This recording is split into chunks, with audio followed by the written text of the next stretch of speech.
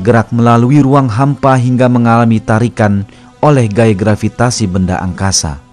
Semua ini menunjukkan bahwa logam besi tidak terbentuk di bumi, melainkan kiriman dari bintang-bintang yang meledak di ruang angkasa melalui meteor-meteor dan diturunkan ke bumi, persis seperti dinyatakan dalam ayat tersebut. Jelaslah bahwa fakta ini tidak dapat diketahui secara ilmiah pada abad ke-7 ketika Al-Quran diturunkan.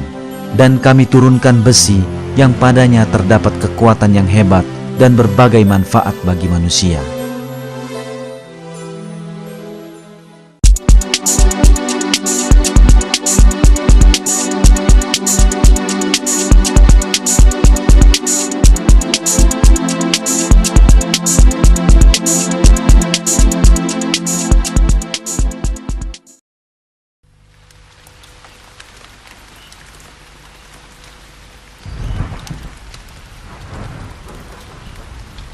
Dalam sebuah ayat Al-Quran disebutkan sifat angin yang mengawinkan dan terbentuknya hujan karenanya.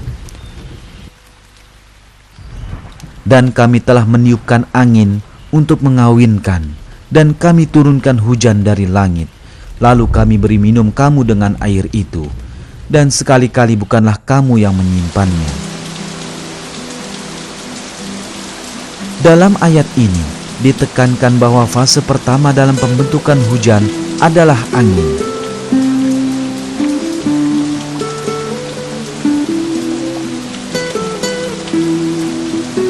Hingga awal abad ke-20, satu-satunya hubungan antara angin dan hujan yang diketahui hanyalah bahwa angin menggerakkan awan.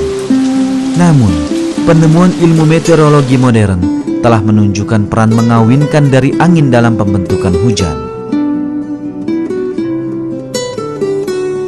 Fungsi mengawinkan dari angin ini terjadi sebagaimana berikut. Di atas permukaan laut dan samudra, gelembung udara yang tak terhitung jumlahnya terbentuk akibat pembentukan buih.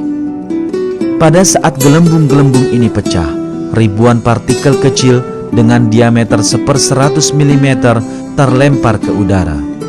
Partikel-partikel ini yang dikenal sebagai aerosol bercampur dengan debu daratan yang terbawa oleh angin dan selanjutnya terbawa ke lapisan atas atmosfer. Partikel-partikel ini dibawa naik lebih tinggi ke atas oleh angin dan bertemu dengan uap air di sana. Uap air mengembun di sekeliling partikel-partikel ini dan berubah menjadi butiran-butiran air. Butiran-butiran air ini mula-mula berkumpul dan membentuk awan, dan kemudian jatuh ke bumi dalam bentuk hujan. Sebagaimana terlihat, angin mengawinkan uap air yang melayang di udara dengan partikel-partikel yang dibawanya dari laut dan akhirnya membantu pembentukan awan hujan.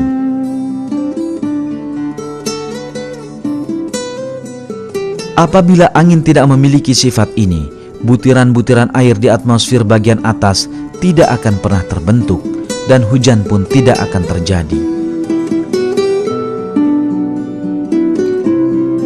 Hal terpenting di sini adalah bahwa peran utama dari angin dalam pembentukan hujan telah dinyatakan berabad-abad yang lalu dalam sebuah ayat Al-Quran pada saat orang hanya mengetahui sedikit saja tentang fenomena alam.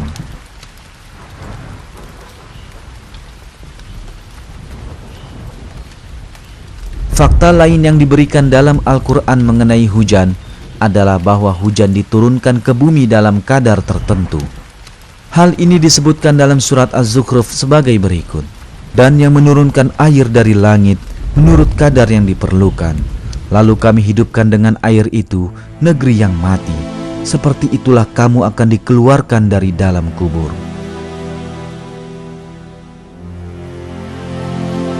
Kadar dalam hujan ini pun sekali lagi telah ditemukan melalui penelitian modern.